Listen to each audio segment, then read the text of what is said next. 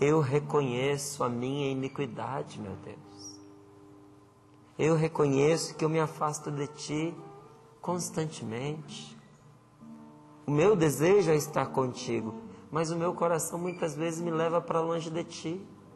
Eu reconheço a minha iniquidade e confesso o meu pecado. Está sempre diante de mim. Quando eu vi, eu já pequei. Quando eu percebo, já fiz o mal que eu não queria fazer. E contra Ti, só contra Ti eu pequei. Porque todo pecado é uma desobediência, é uma revolta, é uma rebeldia contra Deus. Porque o Pai do céu nos ama tanto, que colocou dentro do nosso coração a sua lei.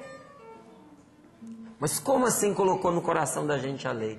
Essa consciência que você tem, que diz para você o que é certo, que diz para você o que é errado, é uma inscrição de Deus dentro do seu coração. Que Deus colocou pensando em você. Porque se Deus não nos desse uma consciência, a gente já não existiria mais, a gente já se teria destruído. O ser humano sem consciência, ele é autodestrutivo. Foi para te preservar que Deus te deu uma consciência do que é certo e do que é errado. Então, quando a gente fere essa consciência, quando a gente se determina no caminho do mal, o nosso primeiro pecado é contra Deus, que tanto nos amou, que nos deu uma ordem de não pecar. E todo pecado que nós cometemos, ele se põe na presença de Deus, está sempre diante dos seus olhos. Mas a palavra de Deus nos diz o caminho para a libertação. Olha lá no versículo 8. Mas tu, Senhor, diante do meu pecado, o que tu queres? Tu queres a sinceridade do coração. O que é que Deus quer de você para te perdoar? Deus não quer seus sacrifícios. Deus não quer que você fique se punindo. Deus não quer que você deixe de viver, que você se castigue, que você se prive da vida. Certa vez eu conheci uma pessoa que ela dizia: eu me envolvi com o meu namorado, depois de um tempo eu engravidei, e antes que ele pudesse dizer alguma coisa, eu abortei. E o drama que essa moça vivia era tão grande que ela dizia a si mesma e dizia para mim: eu não mereço ter ninguém. Meu namorado me perdoou porque eu matei o filho dele. Ele quer ficar comigo, mas eu não mereço este rapaz. Eu perguntava a ela: mas você o ama? Eu amo com todas as minhas forças, mas ele merece uma pessoa melhor do que eu. Eu terminei com ele, eu não vou voltar, eu não posso ter ninguém. A pessoa se fechou em si, para se punir pelo mal que havia feito. Foi um mal terrível, foi um crime hediondo. Se matar o próprio filho, uma criança que não pode se defender, apenas porque ela está dentro do seu ventre, porque os outros não veem. Mas Deus não mantém a pessoa nesta condição. Nosso Senhor é misericórdia, Ele é perdão. Ele não quer que eu e você, a gente se prenda, a gente se enclausure, a gente se amarre a uma situação ruim que nós vivemos, que nos fez mal, e a gente mantém aquilo nos fazendo mal como uma maneira da gente se redimir. Nós não podemos nos redimir. Quem nos redime é o Senhor. E o que Deus precisa nesta manhã, para perdoar você profundamente, para libertar o seu coração de todo o peso que está dentro de você, de todo o mal que está dentro de você, Deus precisa da sinceridade do seu coração.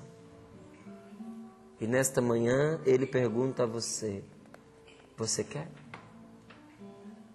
Você quer o meu perdão?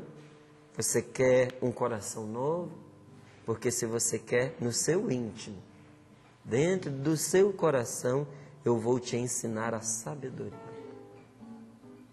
Assim como um pai é misericordioso com o seu filho, assim como um pai sofre com os sofrimentos do filho que ele ama, o Senhor nosso Deus se compadece de mim e de você.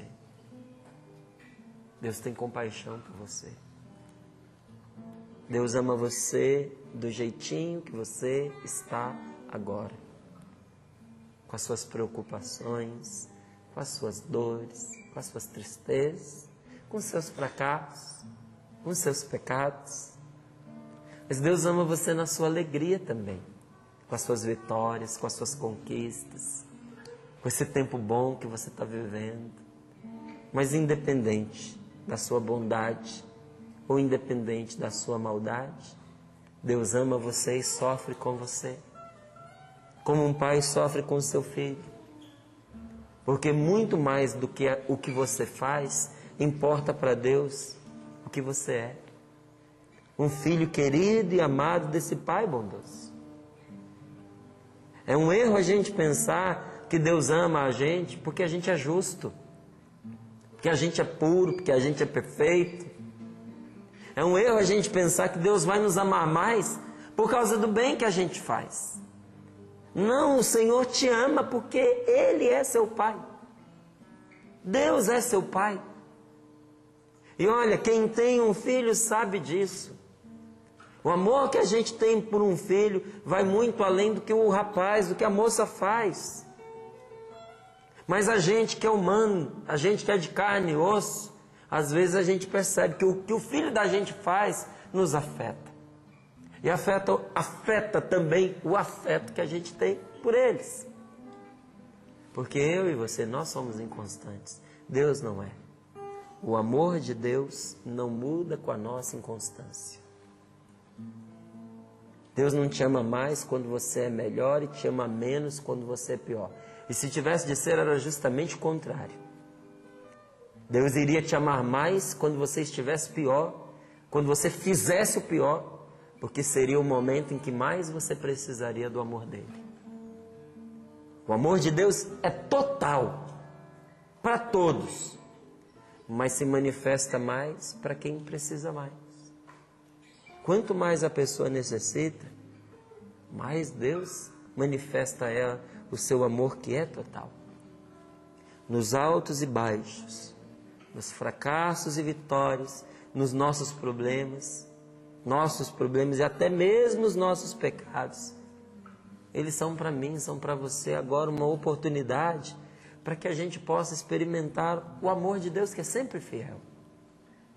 Talvez você bata no seu peito e diga assim: eu não mereço.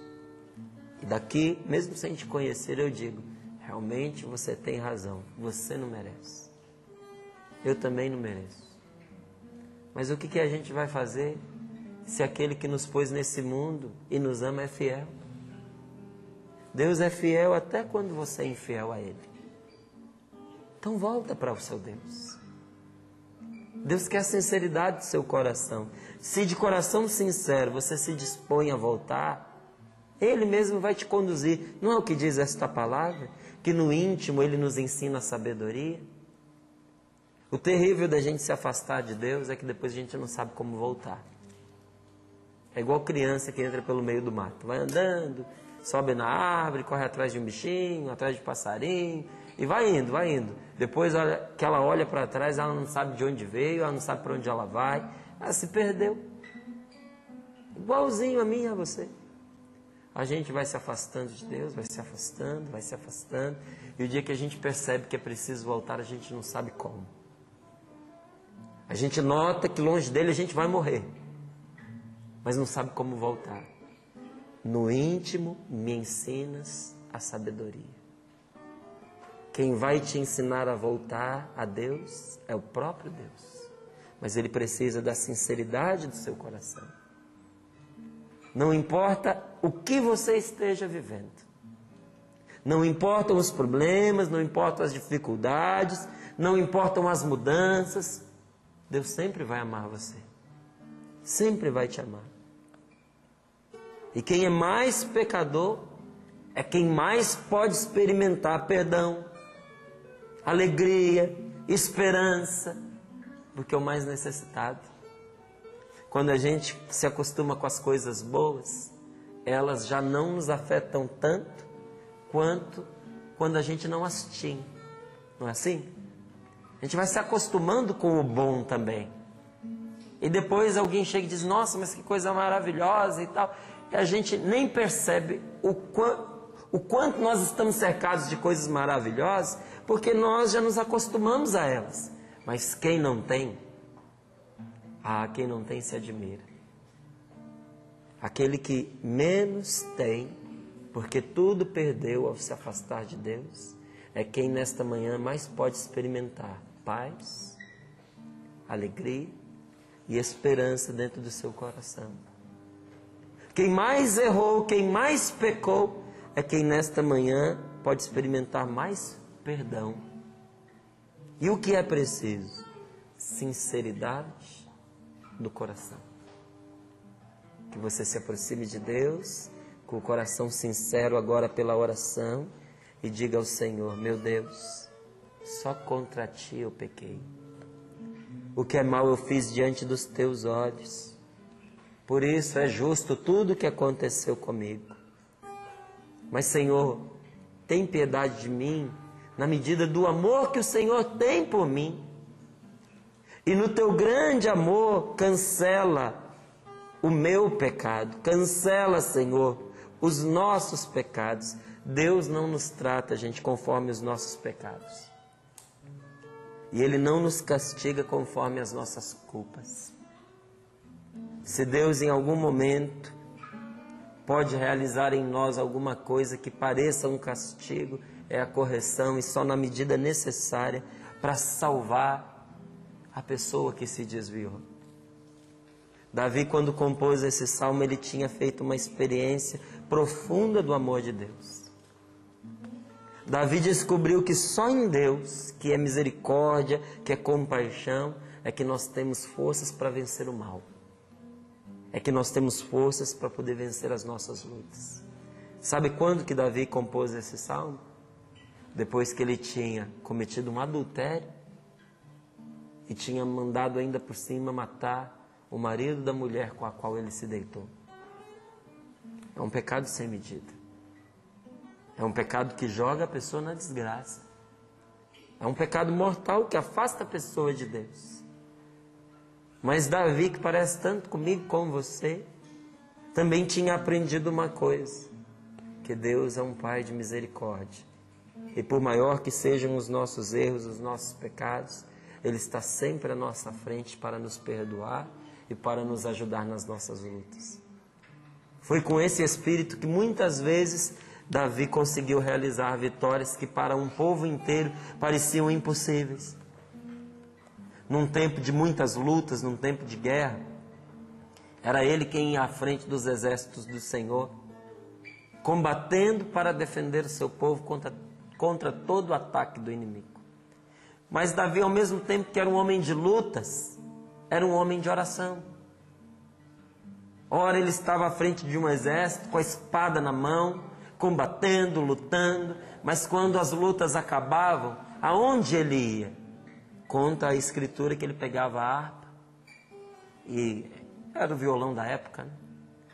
Ele pegava a sua harpa, ia cantar os seus cânticos ao Senhor, fazer os seus louvores, e até ao rei dele ele ia servir. Porque conta-se que a música, que o louvor, que a oração que Davi fazia diante de Deus acalmava os ânimos daquele rei violento que era Saul. Olha aqui um segredo para quem tem uma pessoa violenta dentro de casa. Era o louvor que surgia do coração de Davi a Deus, que aplacava aquele espírito de ira que dominava Saul. Se nós queremos ter um espírito pacífico dentro da nossa casa, nós temos que aprender a deixar muitas vezes a espada, a luta, a discórdia, a guerra, aquele momento de conflito, para dobrar os nossos joelhos e cairmos diante de Deus em oração. Davi fazia essa experiência de ir da espada à harpa, da luta ao louvor. Se não for assim, a gente não tem forças.